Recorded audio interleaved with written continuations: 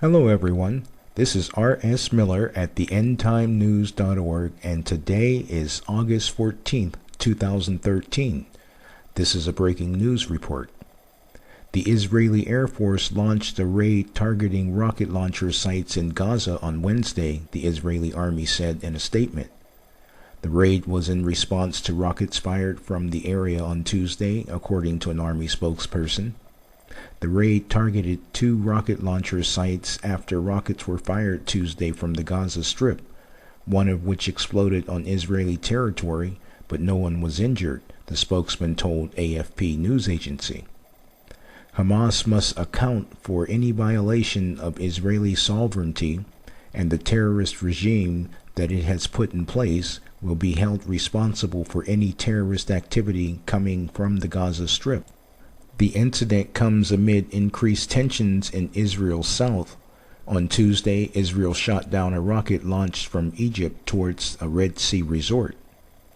The Islamist Hamas movement, which controls the Gaza Strip, is opposed to the resumption of the U.S.-sponsored peace talks. Now, on a side note, the peace talks between Israel and the Palestinians are currently underway. I added the commentary I did from yesterday's news brief video to the end of this report, and it's called Middle East Peace Plan Doomed to Failure. The situation in the Middle East is about to prove Bible prophecy true and correct. The global governing bodies think that their work towards the establishment of regional peace and stability in the Middle East will benefit the world community as a whole.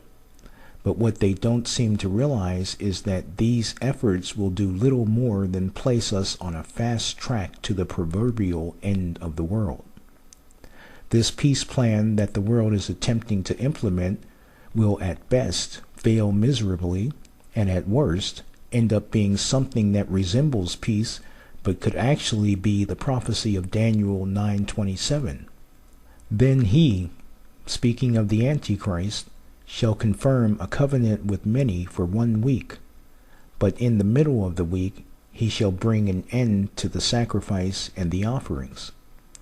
These are the sacrifice and offerings which will have resumed in the third Jewish temple once it's rebuilt.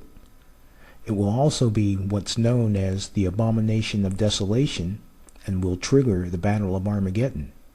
This battle will take place in the last days and will be fought over Jerusalem. In Zechariah chapter 12, verses 2 through 3, God foretold what was going to take place over that tiny speck of land. Behold, I will make Jerusalem a cup of drunkenness to all the surrounding peoples, when they lay siege against Judah and Jerusalem. And it shall happen in that day that I will make Jerusalem a very heavy stone for all peoples.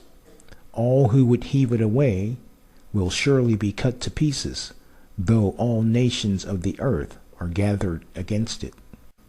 Presently, the nations that are pressuring Israel to make peace with an enemy who's bent on their total destruction are not only fighting against Israel, but they are also fighting against God. And in verse 9, God says, "It shall be in that day that I will seek to destroy all the nations that come against Jerusalem." In chapter 14, this is what can be expected of those nations who do fight against God.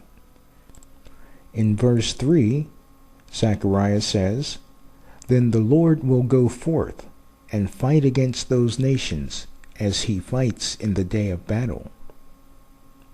And moving down to 12, "And this shall be the plague with which the Lord will strike all the people who fought against Jerusalem. Their flesh shall dissolve while they stand on their feet. Their eyes shall dissolve in their sockets, and their tongues shall dissolve in their mouths." And by the way, these are the very effects on the human body from a nuclear blast at ground zero. And this prophecy was written thousands of years ago. That day is coming sooner than most people are aware of.